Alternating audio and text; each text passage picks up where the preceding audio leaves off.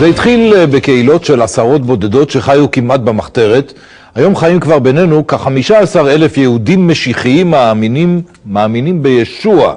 מתפללים אליו אבל גם מלים את בניהם, מנשקים את המזוזה ומתגייסים לצה"ל במוטיבציה מלאה. שלמה רז פגש בהם וחזר קצת מבולבל. בכל ליבי אהלל אותך. מי רוצה להתפלל? אני. טוב. אבינו שבשמיים, תודה על היום הנפלא הזה שנתת לנו. תודה על הגשם שהורדת משמיים. תברך את כל האנשים שנוסעים באוטו ושלא יקרה להם כלום. בשם ישוע המשיח, אמן.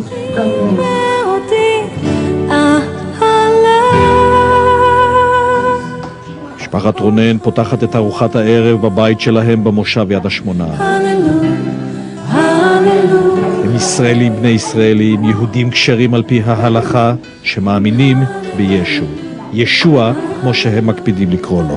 זה סתירה עד שמתחילים לבדוק את מה שאני גם חונכתי עליו, אבל איך שאנחנו גדלנו לגבי האמונה, ומה שאנחנו כל כך מאמינים, שישוע הוא יהודי, הוא משלנו, הוא ישראלי, זה יסתדר לי טוב, ואני הבנתי שזה דבר חי ואמיתי.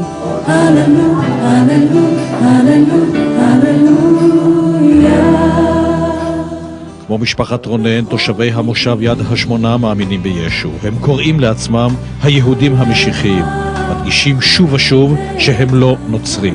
לממסד הנוצרי אין שום קשר, אנחנו יהודים לכל דבר, אנחנו ישראלים חיים בתוכנו.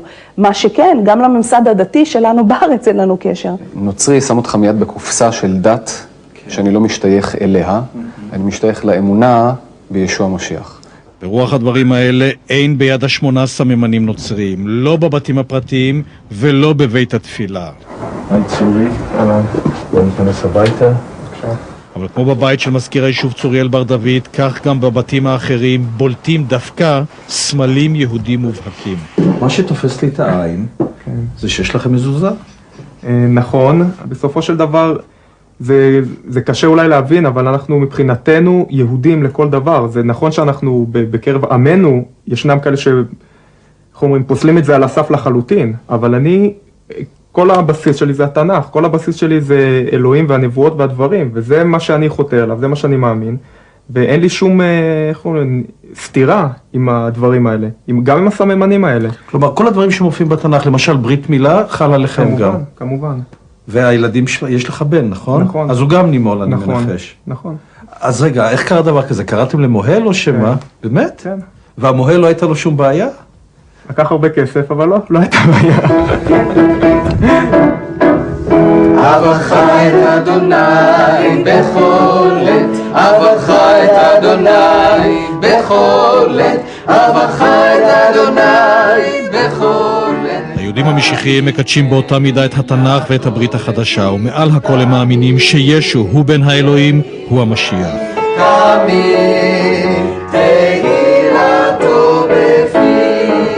עשרות שנים מתקיימות קהילות כאלה במקומות רבים בישראל, בדרך כלל בצנעה, לפעמים אפילו בהיחווה.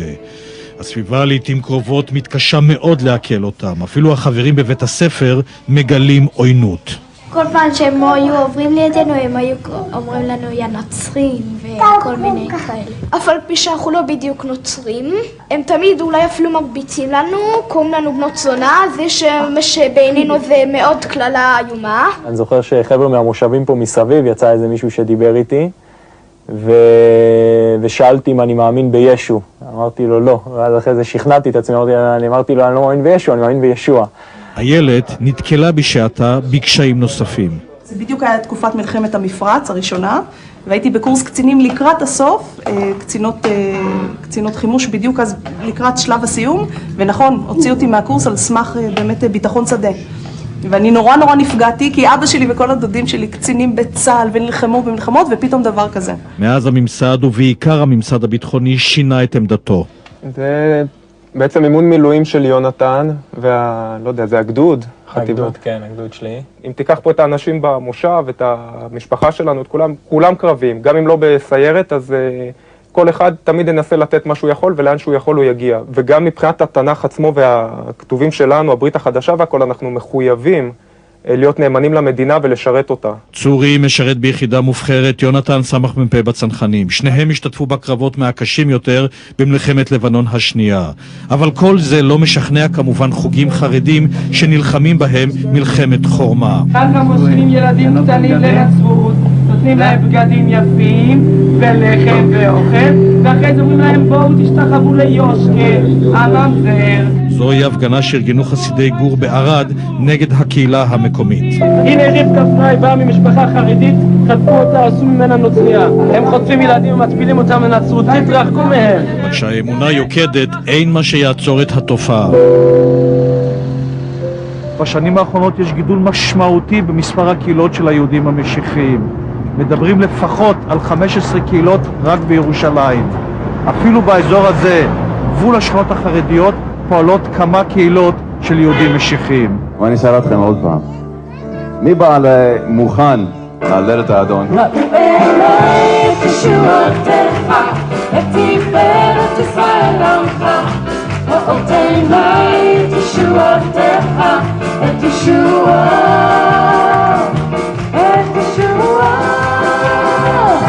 הקהילה הזאת, שמן ששון שמה, פועלת במרכז ירושלים. בניגוד לכל הקהילות האחרות שפנינו עליהן, היא הסכימה להיחשף למצלמות.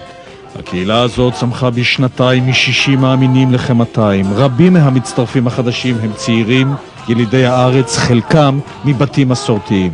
המשפחה של אמא שלך, לא יודע, סבא וסבתא, הם בקשר איתך או ש... סבתא כן, למרות שהיא מאוד מאוד קשה לה. סבא שלי לא יודע. הוא לא יודע. אמא שלי לא רוצה שהוא ידע. אמא שלי אמרה לי שאולי אל תנסה לבלוט יותר מדי במצלמה וזה, מכירים אותי, יודעים מי אני. נבוכת ההורים לא שקולה אצלם כנגד האמונה שבוערת בעצמות. אדוני, אנחנו מודים לך על זה שאתה אל גדול, אדוני, אנחנו מודים לך על זה שאתה אל חי ואל אמיתי, אדוני. אתה אינך יפה, דודי, אפנאים, אבא, אנחנו כל כך אוהבים אותך, אדון.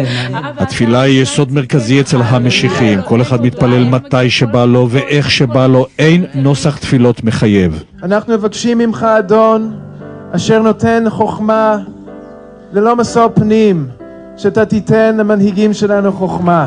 מלא את ים הכנרת אנחנו מבקשים.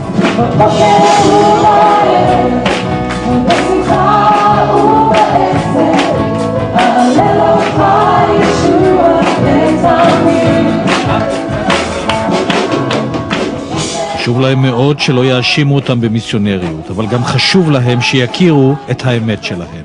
אני אומר, אם אני מכיר את זה ואני מאמין בזה, למה שאנשים אחרים לפחות לא ישמעו על זה, להיות מסוגלים לבחור? הבחירה היא שלהם, אני האחריות שלי שידעו.